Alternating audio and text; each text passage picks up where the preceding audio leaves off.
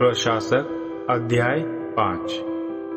दबोरा का गीत। उस दिन दबोरा तथा अबीनोम के पुत्र बाराक ने यह गीत गाया।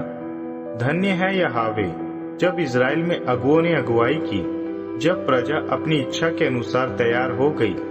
सुन लो राजाओं, ध्यान दो शासकों, मेरा गीत यहोवा को समर्पित है। मैं यहोवा इज़राइल के परमेश्वर की स्तुति गाऊंगी।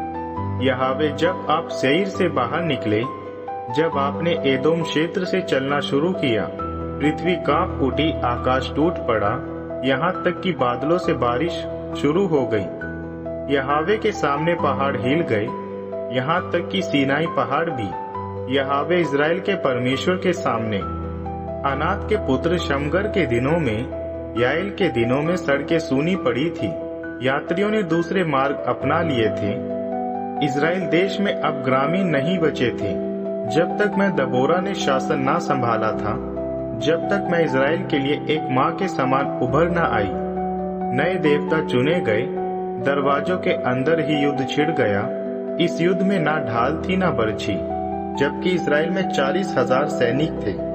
मेरा हृदय इज़राइल के सेनापतियों के पक्ष में है, जिन्होंने अपने आप को अपनी इच्छा से युद्ध सेवा भेंट दी।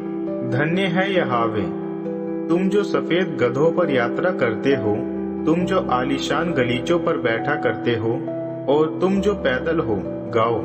पनघटों के बीच में पानी भरने वाली स्त्रियों की जो आवाज आ रही है, उस पर ध्यान दो। वहां वे यहोवा की नीति युक्त कामों का वर्णन करेंगे, इज़राइल में अपने ग्रामीणों के लिए किए गए महान कार्य। तब यहोवा के लोग फाटकों की ओर चले गए। जागो दबोरा, जागो, जागो जागो, तुम्हारे मुख से गीत फूट पड़े। उठो बाराक, तुम बंदियों को आगे ले जाओ। अबीनोअम के पुत्र, तब वे जो जीवित रह गए थे अधिकारियों से मिलने आए। यहोवा के लोग योद्धा के समान मेरे पास आए।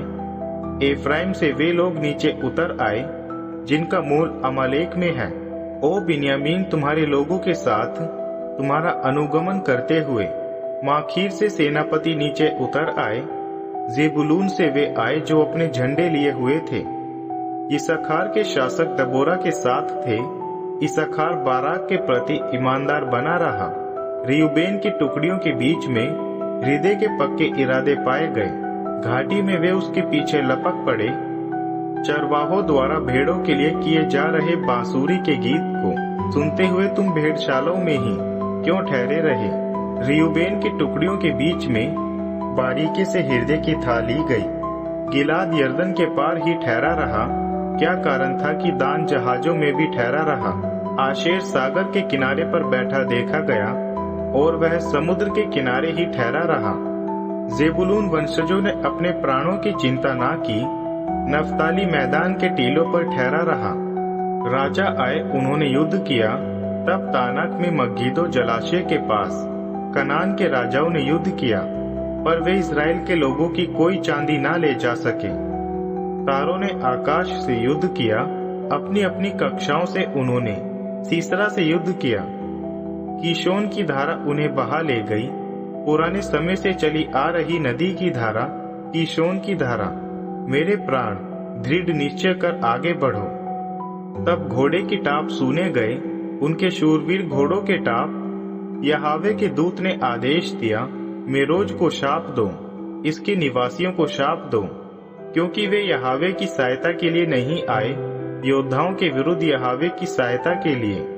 स्त्रियों में परम धन्य है याएल, केनी हेबेर की पत्नी। शिविर में रहने वाली स्त्रियों में सबसे ज्यादा स्तुति के योग्य। सीसरा ने विनती तो जल की थी, किंतु उसने उसे दूध दे दिया। एक राजसी आलीशान कटोरे में उसने उसको दही दे दिया। उसने एक हाथ में तंबू की खूंटी उठाई और दाएं हाथ में मजदूर का हथौड़ा।